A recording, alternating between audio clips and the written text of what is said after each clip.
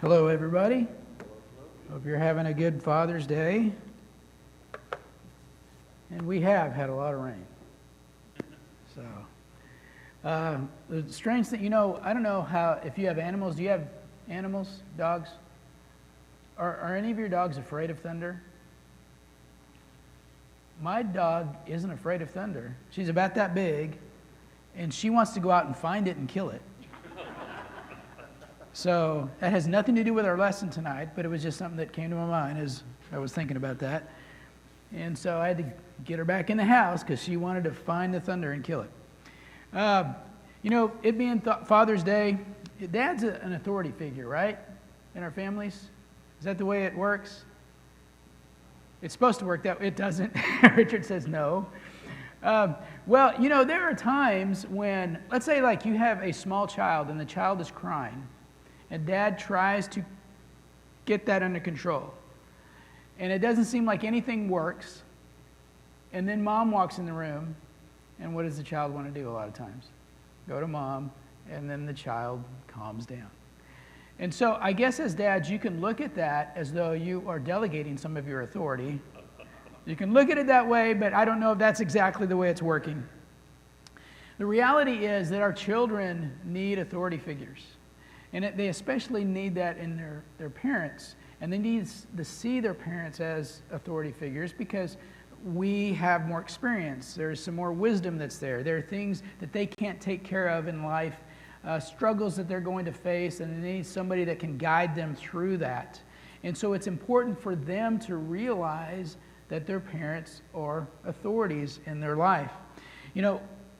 On Sunday nights when I've spoken, we've been talking about the Sermon on the Mount. We finished that. I'm going to reference it, okay? Because what I wanted to highlight and talk about is something that is connected with a verse that follows Jesus' sermon. And these people who were listening to Jesus were actually kind of like children who needed to understand who the authority really was. And so what they discover in verses 28 and 29 of chapter 7 is when Jesus had finished saying these things, the crowds were amazed at his teaching because he taught as one who had authority and not as their teachers of the law. Now, the teachers of the law were the ones who had the authority. They were the ones who were teaching the people about God and about what God expected of them. And what these people understood was that the real authority was Jesus. Because they were kind of like children. They needed somebody to lead them, somebody who had the experience, somebody who had the wisdom. And what they heard in his words, they heard wisdom. They heard power. They heard the authority that was there. And it was really something that they needed. And so what Matthew does in the chapters that follow is he begins to explain and describe that authority that Jesus had. He looks at some of the words that Jesus has to say, but he also looks at some of the actions that Jesus displayed. And so what we're going to do tonight is we're going to look at a little bit of chapter 8 and talk about that. The very first example that he gives is in verses 1 through 4. It says, when he came down from the mountainsides, talking about Jesus, large crowds followed him. A man with leprosy came and knelt before him and said, Lord, if you're willing, you can make me clean. Jesus reached out his hand and touched the man. I am willing, he said. Be clean. And immediately he was cured of his leprosy. Then Jesus said to him, see that you don't tell anyone, but go and show yourself to the priest and offer the gift Moses commanded as a testimony to them. Now, I'm going to ask you some questions. What I've been doing here is we've been having some dialogue, and so I want us to have that again. And so I want you to pay attention to what this leper said. He said, Lord, if you are willing, you can make me clean. Now, if you think about our prayers when we are asking God for healing, does that sound similar to something we would say? Or does it sound different? What do you think? Well, we do say periodically, if the Lord will. Right. Okay. So this leper said, if you're willing, and what we often will say, God, if it's your will, please heal this person or heal me. Okay? So there's that similarity. Does it sound like a question here? Not really, but it does. I mean, It's like sometimes, have you ever asked a question by making a statement? Sometimes we will do that. We'll say something, and what we're really doing is we're asking for something. And while it looks like it's a statement, he is asking for healing. But if you think of it as a statement, what does it indicate? That may be too general, but faith. Yeah, he has faith. I mean, this man had faith. And all that really might get in the way is if Jesus wasn't willing. And so this man had faith in Jesus that he could do this, that he could bring healing to him. And so what Jesus does is he reaches out and he touches the man. And he says that he's willing.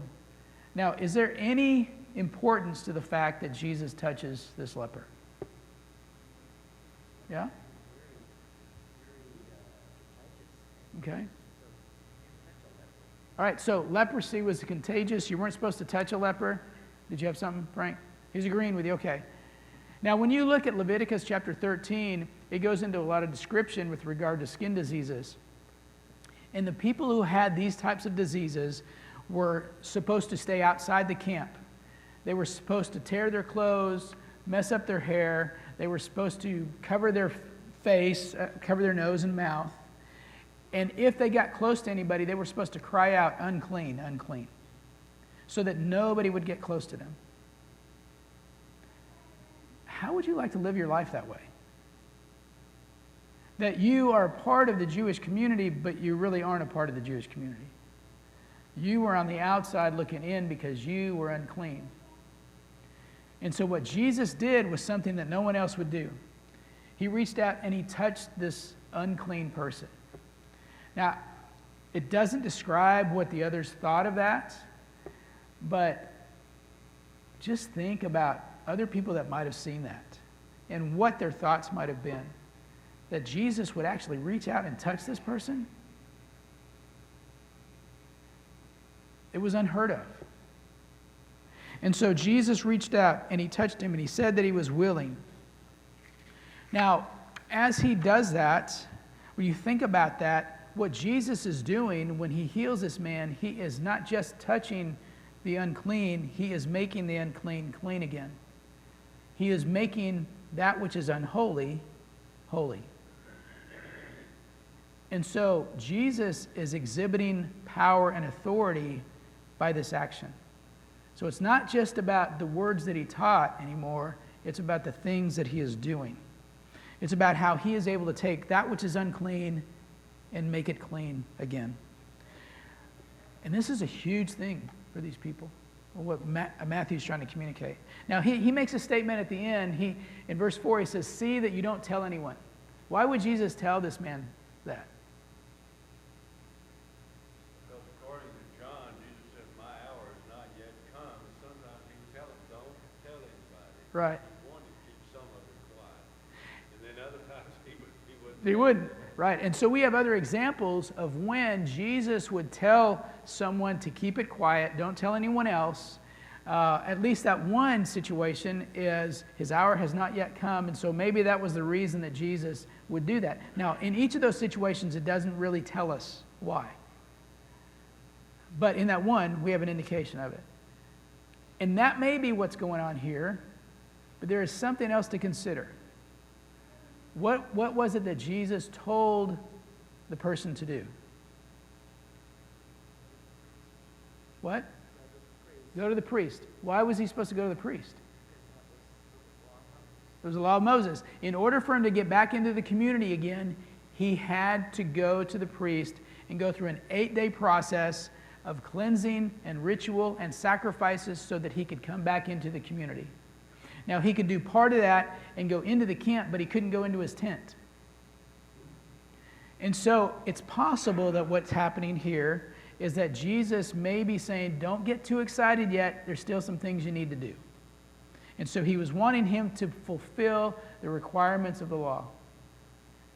Now, the thing is, if people knew him before, and I would assume that there's some people who knew him before he had leprosy, if they saw him without the leprosy, he wouldn't have to say anything. But I think in this situation, it's very possible that maybe it's because he wants him to be faithful to the law. Now, it could be that his time had not yet come, that he's wanting to kind of keep that quiet too. And it could be both of those things. But this goes along with that whole concept of Jesus fulfilling the law, not to abolish the law, in the Sermon on the Mount that he spoke about. Yes? You may have commented on this.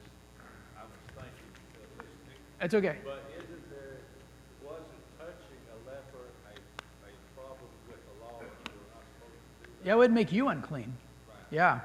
Yeah, that would, I don't know. So Jesus, by touching the man, showed he had authority even over. Oh, yeah. Right. So he does. He shows that he has authority over Moses because he is able to touch the man and make him clean. See, Jesus didn't become unclean because he touched him. It's because he touched him that the man became clean. And so this is a whole different paradigm for them, a whole different idea. So Matthew talks about the authority that Jesus has in this situation. He goes on in verse 5, and he tells about another situation. He says, when Jesus had entered Capernaum, a centurion came to him asking for help. Lord, he said, my servant lies at home, paralyzed and in terrible suffering. Jesus said to him, I'll go and heal him. The centurion replied, Lord, I do not deserve to have you come under my roof, but just say the word, and my servant will be healed. For I myself am a man under authority, with soldiers under me, and I tell one go, and he goes. And that one come, and he comes. And I say to my servant, do this, and he does it. So what's a centurion? Okay, he's a soldier over 100 people, which means he's working for who? The Caesar, okay? So he's a Roman. So he is a Roman citizen, he is a Gentile, and he is the one who comes to Jesus. Now, this whole thing that he talks about in verses 8 and 9, what's he saying? What's he communicating to Jesus? Okay, he believes in Jesus. He believes that Jesus had power. Is there anything else that you might get from this? He's expressing that he has some authority also. Right. So when he exhibits his authority, what does he do? When the centurion exhibits his authority, how does he handle it? He speaks. So not only is he saying that Jesus has power, but he has power not in his person, but he can just command it. He can command it. Okay? So the centurion will tell somebody to go do something, and that person is going to do it. Right? And he knows how it is because sometimes people tell him what to do, and he does it. And so why does he not need Jesus to come with him to touch his servant?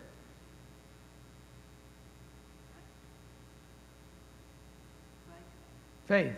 Okay. Well, Jesus has the authority not just to go to the situation and walk into it and touch the person and bring healing.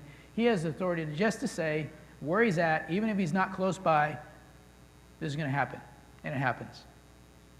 This is a situation where Jesus actually isn't even in the vicinity of the sick person, and he makes that sick person well. And so the centurion is exhibiting faith by this. And this is, it's a little bit different. We go on. It says, when Jesus heard this, when he heard what the centurion said, he was astonished, and he said to those following him, I tell you the truth, I have not found anyone in Israel with such a great faith. Why is his faith so great?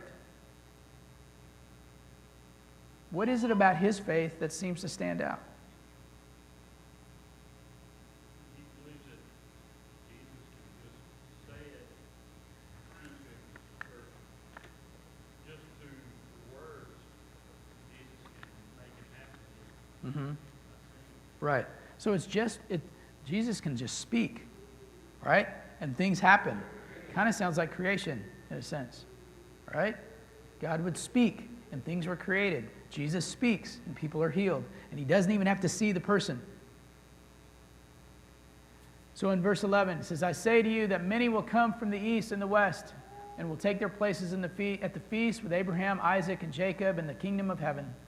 But the subjects of the kingdom will be thrown outside into darkness, where there will be weeping and gnashing of teeth.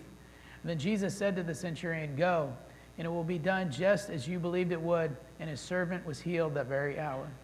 So again, Matthew shows that Jesus has authority, that he has power, and he doesn't even have to be right there with the person.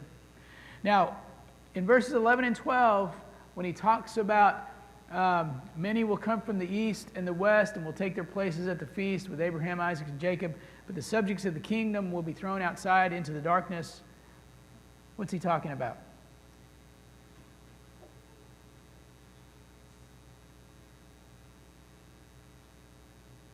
Clean and unclean, Gentiles. Okay, the Gentiles would be unclean, okay, and the clean would be Pharisees. Jews, okay. So there's a difference between the Jews and the Gentiles. So who are the subjects of the kingdom? When you're looking at this passage. Jews? Okay. Maybe the Jews that wouldn't believe. So the subjects of the kingdom will be thrown outside into darkness. So what is Jesus saying about those Jews? You said Jews that wouldn't believe. So they were already part of God's kingdom, in a sense, right? I mean, the Israelites were the chosen people of God. That's how they looked at themselves, and that's what the Old Testament talks about. And God did mighty things through them.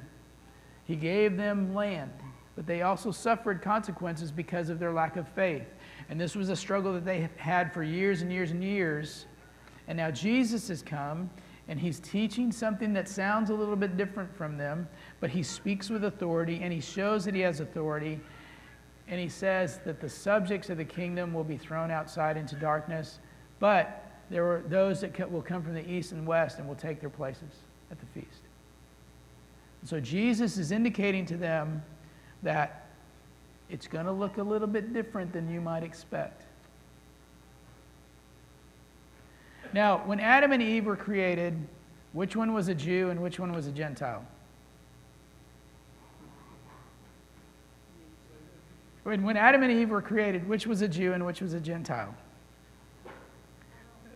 Neither one, right. So there were neither one. So there were no Jews and Gentiles, right? But eventually that came to be, that there were Jews and Gentiles, there were different types of people. So in God's kingdom, as originally established, if you think of it that way, they were all one. And so what Jesus is talking about here is not anything unusual. I mean, you think about it, this was what God always wanted, right? That all people could be saved, that all people would be able to walk with him. Now, I don't know if the Jewish leaders got that at this point, but that's what Jesus, he's given them a hint. He's teaching lessons as he goes through some of these healings. So the kingdom isn't just about the Jews. And he's trying to help people to understand that. As we go on, we go to Matthew 8, verses 14 through 17. And when Jesus came to Peter's house, he saw Peter's mother-in-law lying in bed with a fever. He touched her hand, and the fever left her. And she got up and began to wait on him. When evening came, many who were demon-possessed were brought to him. He drove out the spirits with a word and healed all the sick. This was to fulfill what was spoken of through the prophet Isaiah. He took our infirmities and carried our diseases. Is there anything in this passage that stands out to you? I mean, it just kind of jumps off the page. Yeah, so she had to get up and work. So you could look at it that way, that maybe, did Jesus just heal her so that she could go make dinner? Is that what it was about? And I don't know if that's what it was. But her response was to serve. Yeah, her response after he healed her was to serve. Now, what is our response generally when we've asked God to help us to get well? Is it to serve? Is that the first thing we think of? And I'm not talking about a bad response, okay? I'm not. What is your response typically when God has done something for you? We'd be thankful, yeah. So we're thankful to God for that. We're thankful that He answered our prayers, and that's a good thing. And I'm sure that she was probably thankful. But I wonder sometimes if our response leads us to service. Because either first or second, there's going to be thankfulness or relief a lot of times. So we're relieved and we're thankful and we believe that God helped us and we appreciate that, but I wonder if that leads us to service out of our appreciation for what He's done for us. Sometimes it may do that. It may lead us to service. But I think we can learn something here from Peter's mother-in-law, that her first response seemed to be to serve. Now, maybe that was just her makeup. She's just somebody who gets in there and does things to serve others and that, okay, now I can do it. You know, maybe that's it. But I do think that we need to think about how can we serve because God has put us in a position to do that. Yes? What's interesting in that particular passage is as Matthew is evidently watching on, and he details that Jesus touched her hand. Again, the touching process. Right. Mm-hmm. But he also says he touched her hand. And the feeble laughter, and I guess in my head, I'm thinking, well, what does that have to do? Why did he touch her on the head? But Matthew is so detailed. Yeah. That he said he touched her hand. And then she got up and began to wait on him. Maybe one of service. Uh-huh. And Right. So he's saying that Matthew touched her hand. He didn't touch her head. So maybe is there some kind of message here that connects him touching her hand with the idea of service? Maybe. We don't know. Matthew doesn't go into detail on that, but maybe that's an implication that he has. But you are right. He's very detailed on this about what Jesus does. Now, as it goes on, it talks about that evening, many who were demon-possessed were brought to him, and he drove out the spirits with a word and healed all the sick. Again, it's focusing on the idea that Jesus was able to just speak and things happened. But he also, while he doesn't go into detail on any specific case, he says many who were demon-possessed were brought to him, and he drove out those spirits. So Jesus, at this point, Matthew has shown that Jesus has had the authority over uncleanness, that he's had authority over some physical, probably injury, possibly through the paralysis, that he could do it through a spoken word, that he could heal by touching someone, he could heal someone even if they weren't in front of him, that he has authority over diseases, that he has authority over the demons. So Matthew's going through all these different things to show what Jesus has authority over. It's not just authority in his teaching. It's authority in what we deal with in the world. And so Jesus is exhibiting that authority. And then Matthew highlights this passage in Isaiah. He took up our infirmities and carried our diseases. So what Matthew is doing here is he's showing that Jesus is fulfilling prophecy. That he has authority even with the prophets. The prophets knew that this was going to happen. And so he is showing Jesus' power, but showing that Jesus is the person who is in the place of authority as well. Because he's been spoken about. He's been prophesied about. Now, let's jump down to verses 23 through 27. Now, what you see in verse 18 is that Jesus has told his disciples to get into a boat. They're going to go across the lake. And then it says, then he got into the boat, and his disciples followed him. Without warning, a furious storm came up on the lake, so that the waves swept over the boat. But Jesus was sleeping. The disciples went and woke him, saying, Lord, save us. We're going to drown. He replied, you of little faith, why are you so afraid? Then he got up and rebuked the winds and the waves, and it was completely calm. And the men were amazed and asked, what kind of man is this? Even the winds and the waves obey him. What stands out to you about this passage? they thought enough to go wake him, but was afraid of what he had done. So I'm kind of wondering, why did they go wake him? Yeah. They didn't think he could do something. Right.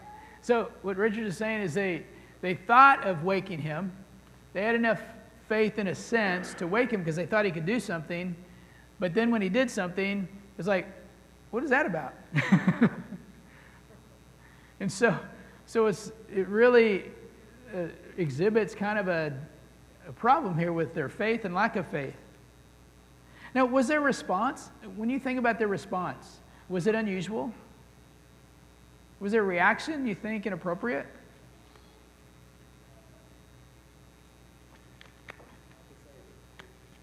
Typical, I guess, of the whole process that they went through. Yeah. Because on one hand, they said they would follow him anywhere, that they were right there with him, they believed in him, and yet they still have their doubts and their fears and their not understanding what Right. it's all about. Yeah. She's saying that it's typical of how they generally are. That there are times when they exhibit this great faith, that they'll go with him anywhere, that they're willing to die with him. And then there are other times when, no, they're not really willing to do that. That they doubt and they struggle with what they believe in Jesus. An example of that is like when he fed the 5,000. And he helps them to see that there is food available. And he asks questions. He tests them. Okay, you guys feed them. Well, where are we going to feed them? How are we going to get food? Then it's 4,000. And then he asks them similar questions. And we don't know where to get food for all these people. And do they not remember what happened before?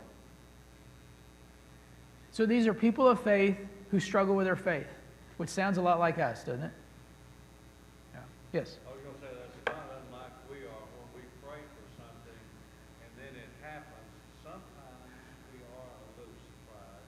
Mm-hmm. Or as we look back over our life and we know that how things have worked out. And it could be, as these men were, they wanted him to do something, but they didn't think he could do what he did. Right. Yeah, they wanted him to do something, but they didn't really think he could do what they wanted him to do. Yeah. I'd like to make one other comment about Jesus Yeah. feeding. This came across a few months ago when I was reading something I had never thought about it. But Jesus, whenever he gave the fish and loaves back to the people, it was still just the 5 loaves and 2 fishes until they started handing it out. Mm-hmm. And so the miracle came after they really started doing something. Right. And not, Jesus didn't hand them back that much food, he gave back the same amount. And I had never thought about that. Yeah, I hadn't looked at that either. Okay. So if we think he can do something, sometimes he's waiting for us Mm-hmm. to start the process. Right. So Richard's talking about how when they gave, Jesus gave the loaves and fishes to the people and fed the 5,000, that this wasn't, he did that. He did the miracle, but the disciples had to be involved in the process. And if you look at Old Testament as well, what God would often do is he would involve his people in the process. That he would give them the victory, but they still had to have the courage to go out and fight. They still had to follow his instructions. They walked around Jericho. And he gave them instructions that didn't make any sense when you talk about battle. But God was the one who gave them the victory because they went out and did what he asked them to do. So, yes. This continues to add to your list of things Jesus has authority over. Okay. Physical, human body, and then demons, and now natural body. Now nature, yeah. So now it shows that Jesus has power over nature. He has authority over nature as well. So he's covering everything, all the bases. Now, I want to ask you another question. So how did these men see Jesus? How did they view him at this time? What did they see? Based upon this passage, how do you think that they viewed him? As a man. And they saw him as a rabbi, a teacher. But here it says, what kind of man is this? I don't think they had gotten to the point. They'd seen him exhibit this power. They had seen him heal people. They knew that God had either given him a gift or given him some power, or God was working through him, but they still seemed to see him as just a man that had power. And what they didn't realize was that this was God in the flesh. So, I have another question for you then. When they got in the boat, and they were in the boat here, was God in the boat with them, or were they in the boat with God? And is there a difference? Okay, were they in the boat with God, or was God in the boat with them? What do you think? Both? Okay. So, what do you mean? Well, Jesus was God and God was Jesus. Mm-hmm. So how are you going to separate them? Okay. So, if they're in the same boat, then either one of those things is what you're saying is correct. And yet they didn't realize that they were in the boat with God. But they knew they were in the boat with Jesus. Mm-hmm. They knew they were in the boat with Jesus, and they went to him because they figured if anybody's going to the answer to this problem, he's going to be the one. Okay. And they did think of him as a man because he was asleep down in the bottom. Right. Yeah. They didn't think of him as God. Mm-hmm. They'd heard any old stories from old, God doesn't sleep, yeah. So that doesn't fit into their picture of God, right? I ask that question because I wonder if sometimes we're in the boat and we think that God has got in the boat with us, but it's our boat going our direction. Or do we get in the boat with God and go with him in his direction? Have you ever thought about that before? Now, I don't know that Matthew's trying to say this. I don't know if that's the picture that Matthew's trying to draw for us. I think he's really trying to get to the idea that Jesus has authority over nature and exhibit what the disciples thought of Jesus at this point and how they were growing. And it's interesting too. The people that are indicated who Jesus indicates doesn't have enough faith are the ones who are following him. But the Gentile is the one who has greater faith than anybody. But I do wonder sometimes if we are jumping in the boat and we expect for God to come along with us when we haven't really taken into consideration if that's the boat that God even wants us to be in. Does that make sense what I'm saying? And I haven't thought this whole thing out. Okay, I'm just throwing this out here to you. I just want you to think about it. What is the boat? Well, and that's a good question. What is the boat? So it could be the direction we're going with our life. It could be the decisions that we're making. And this, Richard, gets back to the fact that I haven't thought everything out. Okay? So forgive me with this. Uh-huh. Was what? Colossians Okay. 3, I think. For you have died, and your life is hid with Christ in God. Mm-hmm. Yeah. So everything's wrapped up. Right. Right. So I'm wondering what your boat is. I mean, when Yeah. we die, our life is with Christ. It is. Where our abiding Right. should be. Right. And it should be, but I wonder sometimes if while that's what God does for us, He brings us into Him. He does that work. We still struggle sometimes with listening to Him and obeying Him and doing what He wants. And sometimes, can we walk away from Him? And so if we can walk away from Him, then we've got to ask ourselves the question, are we really where He wants us to be? Are we walking with Him? Or another way to put it is, are we walking with Him, or are we expecting Him to walk with us wherever we decide we want to go? And then sometimes he calls the big fish to take power. Yes, Right. So, yeah, Jonah had that experience. He had a big fish that swallowed him up and brought him back to where he was supposed to go anyway. And that brings us back to a lot of troubles in our lives. It does. Sometimes Yeah. it gets us back Mm-hmm. to where we know we need to be. Right. So I do believe that God still will work with us and challenge us and try to bring us back to where He wants us to be. But the question is, are we actually paying attention? Are we listening? Are we being obedient? Or do we see God as having the authority? Do we see Jesus as having that authority? Do we live our lives in that way? I was thinking about the centurion and the teachers of the law and the Pharisees. If you were to look at those two from the earlier story that we talked about, who's in the boat with Jesus?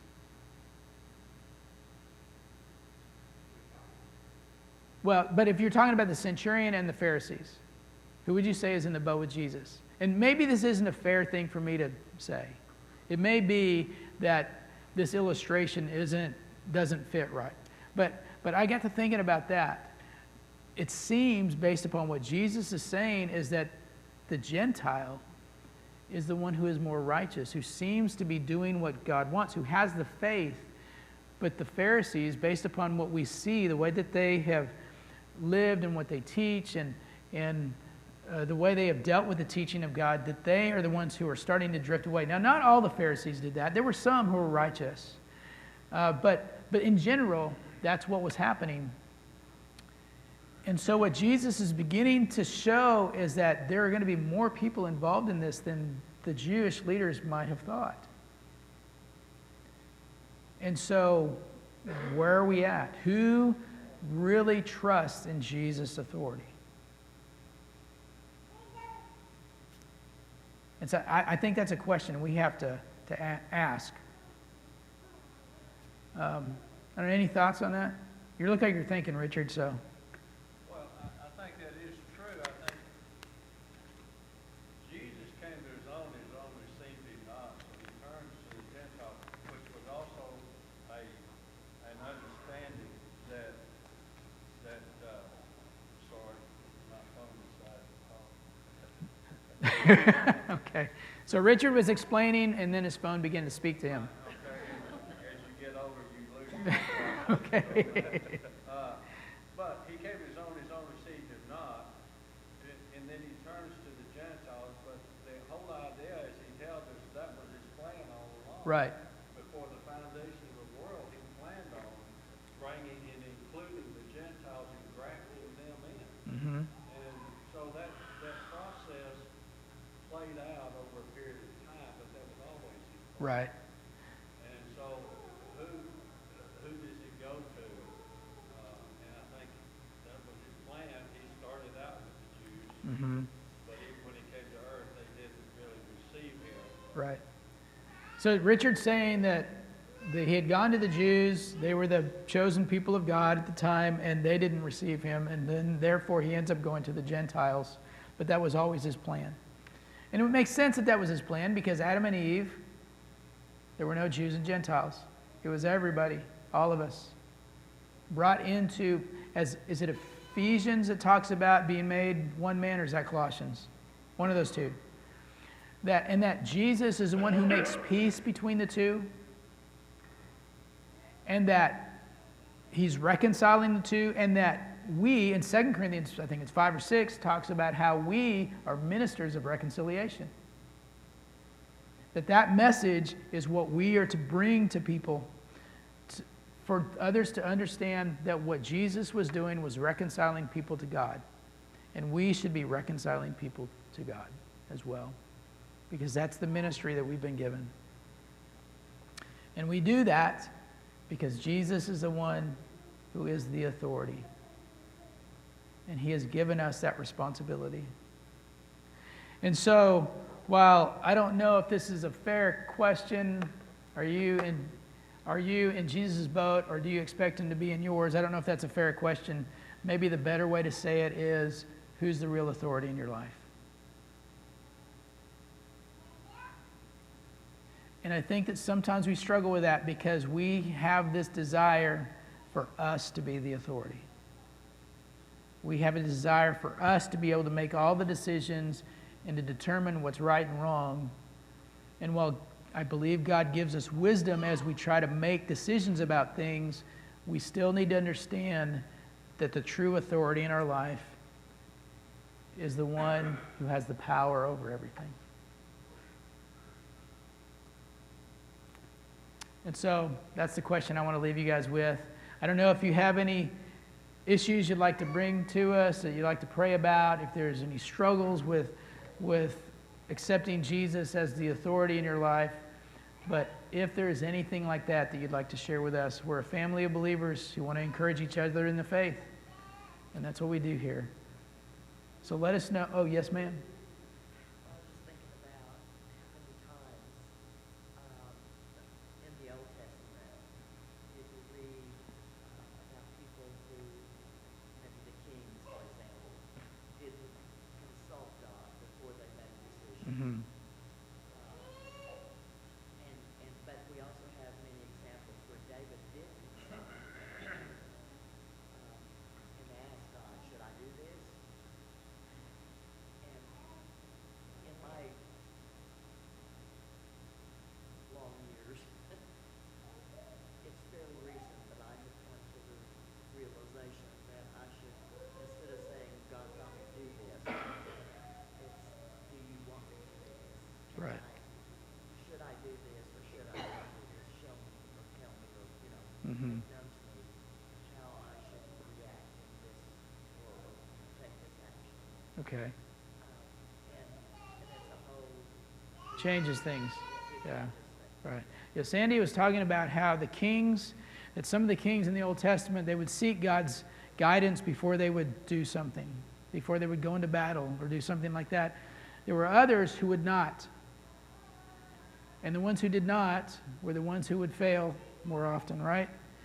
And then she talked about her own life, how in recent years, that's when she's come to realize that what she needs to, before she does something, rather than asking God, hey, help me to do this or to accomplish this, she is beginning to ask first, God, do you want me to do this at all?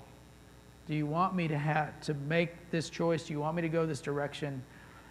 And that's kind of, I guess, what I was getting at. That sometimes what we'll do is we will head off in a direction, but we fail to ask God if that's even the direction He wants us to go. And so if He's truly the authority in our life, then I think it's important for us to seek His guidance at the beginning. Rather than asking Him to join with us, we really need to be asking, how can I join with you? I hope that makes sense.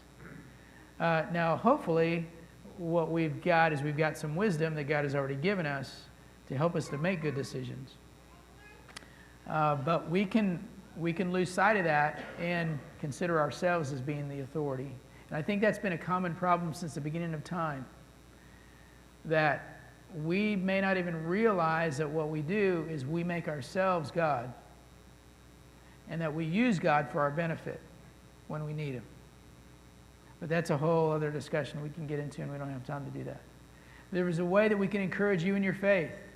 We want to do that tonight. And we ask that you let us know as we stand and sing.